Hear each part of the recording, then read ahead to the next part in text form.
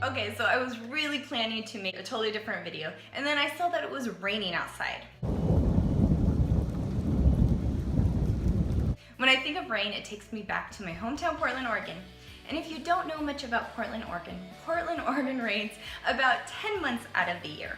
So I need something that reminds me of my roots, something comforting like cream of broccoli and cheese soup.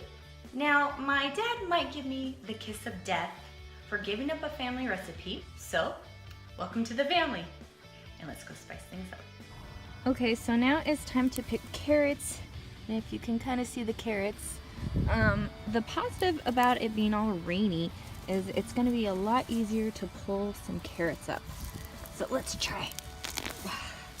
Woohoo! Success! The first thing you want to do is get about 6 potatoes, peel them, and then just chop them into little chunks. Put them in a heated pan. You want to take your carrots and chop them up as well and put them in a pan. And I put about 2 big carrots in here. And then you'll want 1 medium-sized onion, and you'll also want to chop these up. Put it right in the pan as well.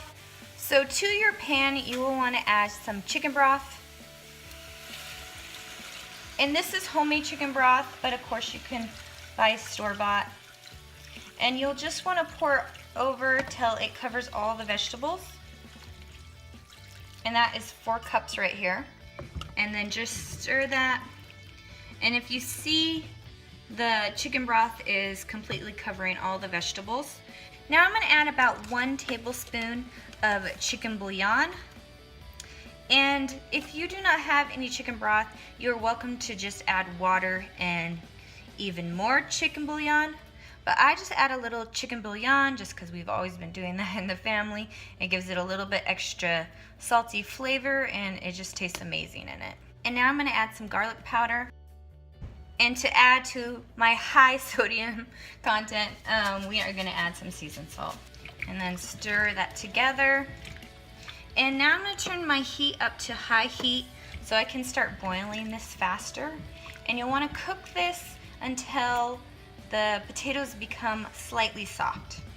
Okay, so your potatoes and vegetables have been cooking for about 15 minutes, and now we're going to add the most important ingredient, which is the broccoli, of course.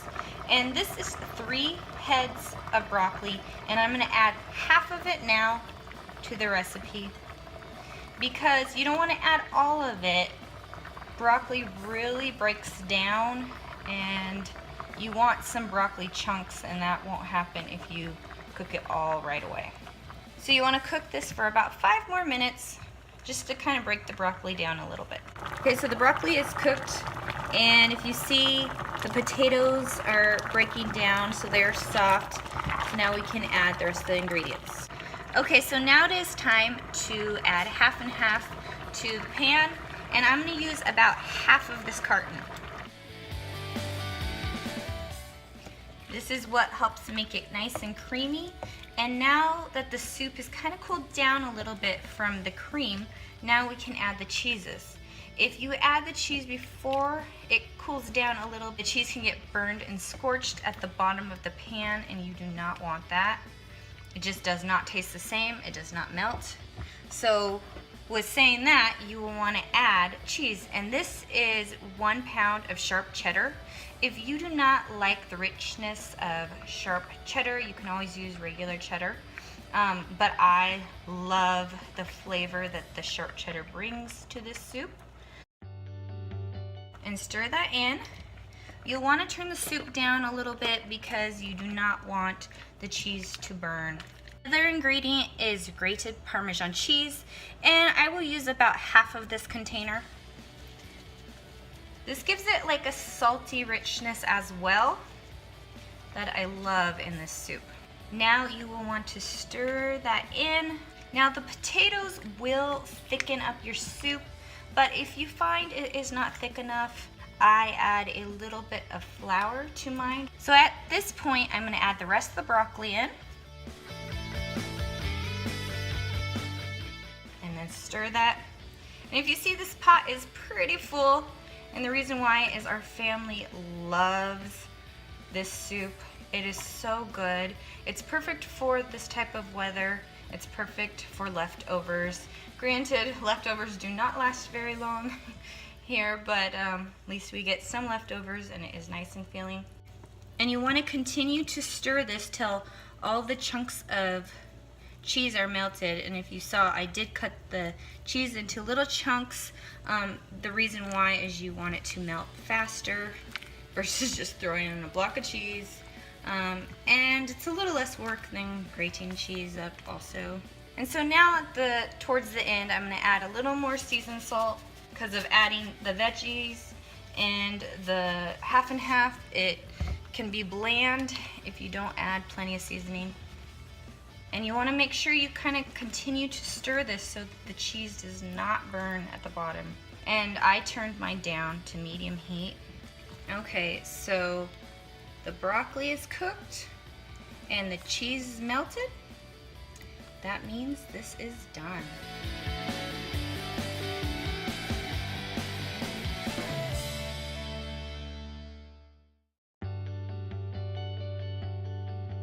Well, I hope you guys enjoyed learning the family secret recipe. Shh. Remember, do not tell my dad or he may give me the kiss of death. Okay, Dad, I know you're watching me. All right, so let's give it a try.